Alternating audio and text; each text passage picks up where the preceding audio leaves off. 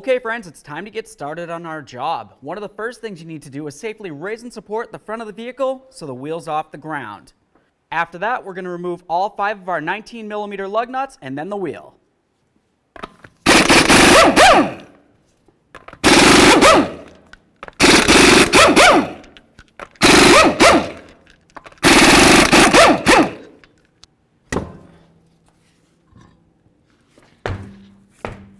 Now that we have the wheel off, we have a nice clear view of our front strut here. To get started on replacing this, we're going to come right over to our tie rod end. Remove this nut. We'll give this a couple loving bonks to separate the tie rod end from the knuckle. Use my 21mm socket on this.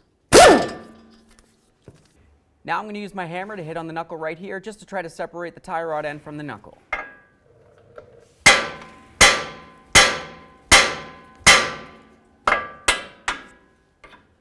Now we're going to circle along to this side and remove our sway bar link. To do that, I'm going to hold the nut up along the top and then start turning the lower aspect until it comes free so we can start separating this.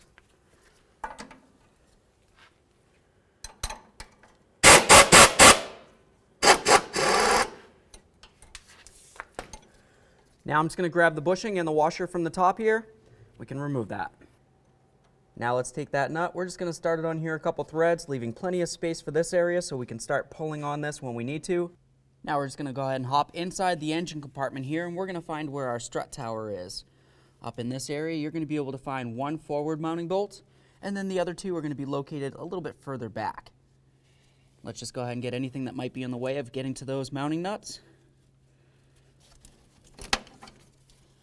We'll set that aside. You want to make sure that you reinstall that. Do the same on the back ones.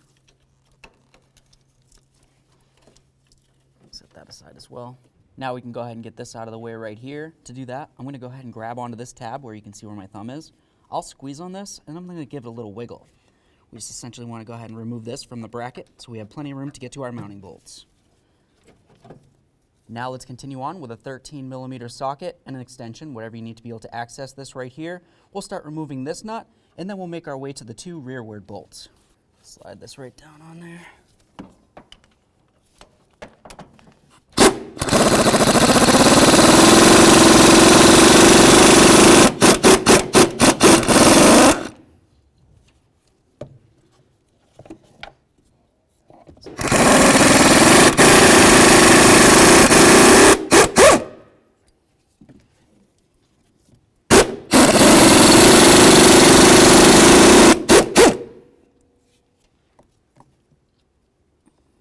At this point, we're ready to make our way back inside the wheel well so we can start removing the strut from the lower control arm. To do that, we'll use a 24mm right on this right here. We'll start removing this bolt. There is a captured nut, which is located inside here.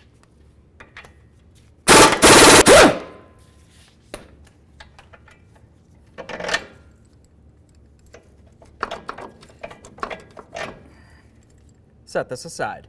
Now we're going to continue with a pry bar. I'm going to try to get up in between the top of this control arm right here and underneath the strut tower. Gently pry this down. What we're going to notice is that the strut, which generally would try to pull down, we want to hold this up, but try to separate it from the lower control arm and pull it out at the same time.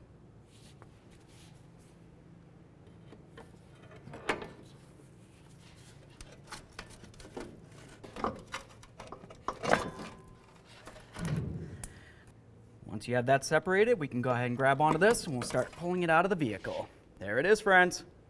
Now, before we go ahead and put in our brand new strut, we're going to continue on to just one more thing. Let's take our strap and we're going to come right across this area, essentially just to hold this, and then we'll come right here to this nut, remove it, and give this a couple bonks to break it free. After that, it's going to give us a little bit more leverage to be able to pull this down so that we'll be able to get in our strut.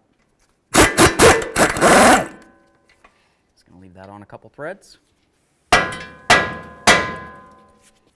Let's remove this nut. We can let this come down a little bit, being very careful not to put a tug on our axle. Now it's time to install our strut. Let's go ahead and put this up in here. Just pay quick attention to the top area. You're going to have 2 studs up along here and then 1 on the forward end. You want to have the 2 facing towards the rear. Start on those nuts. And we can go ahead and put this right in here. Let's grab our bolt, slide it through. Inspect your threads, make sure they're still in good condition, and apply some red thread locker. Let's get this lined up.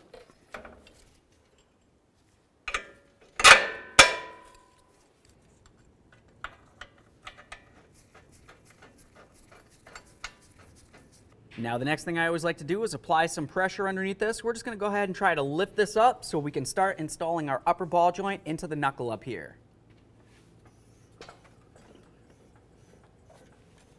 Once you have plenty of pressure underneath that lower control arm, let's come back up top here with our pry bar. We're going to gently start pulling down on this upper control arm.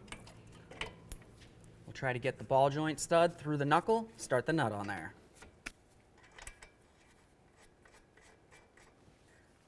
Now we can get our strap out of the way. Now let's go ahead and bottom out this nut, and then we'll torque it to 41 foot-pounds.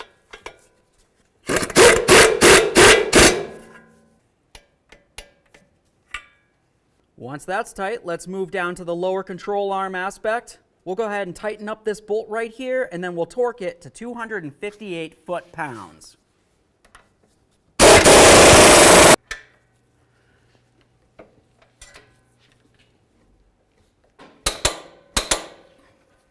Now we can lower this down.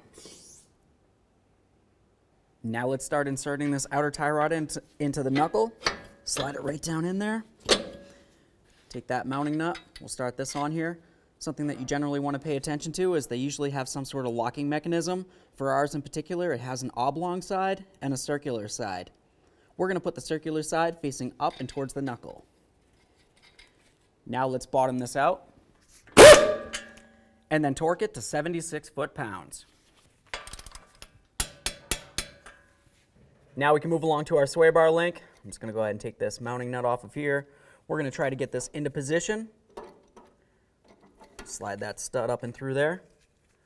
Now we can put on our bushing, our washer, and then the nut. Once you have that upper nut started, let's go ahead and hold that with our wrench. We'll go ahead and start snugging this up.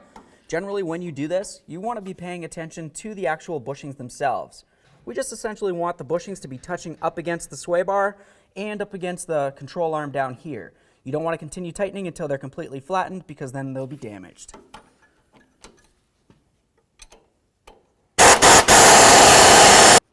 Let's get the wheel up on here. We'll start on all of our lug nuts, snug them up, get the wheel back on the ground, and then we'll torque the lug nuts to 100 foot-pounds. Now with the wheels on the ground, let's torque these in a crisscross manner.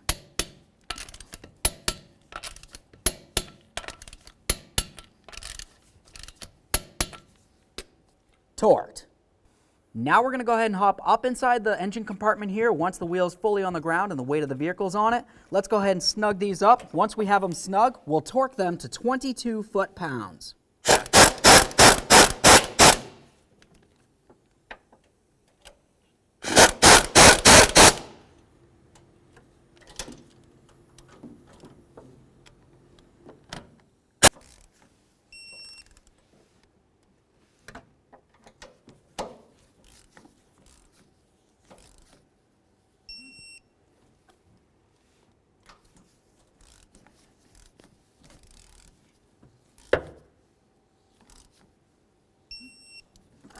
Now that we have those tight, let's go ahead and put on our ABS wire bracket here. This just essentially slides right over these two rearward studs. We'll slide it right down so it's nice and secure. And next we have our other hose. This is our breather hose for the front differential. You want to make sure this is secure as well. Go ahead and slide that over the front stud. Now once you have all that done, let's continue on to this piece right here.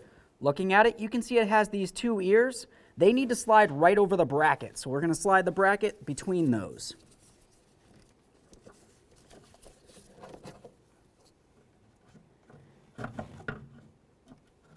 There we are. Once it's lined up, go ahead and press it in, listen for a click.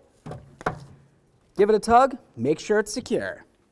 Okay friends, we got our strut in there. What's left to do now? Now you're typically going to want to make sure that you do this as a pair. So with that said, you're going to go over to the other side of the vehicle and pretty much do almost the exact same thing. After that, you want to make sure you take it for a road test down to your local alignment shop. Thanks.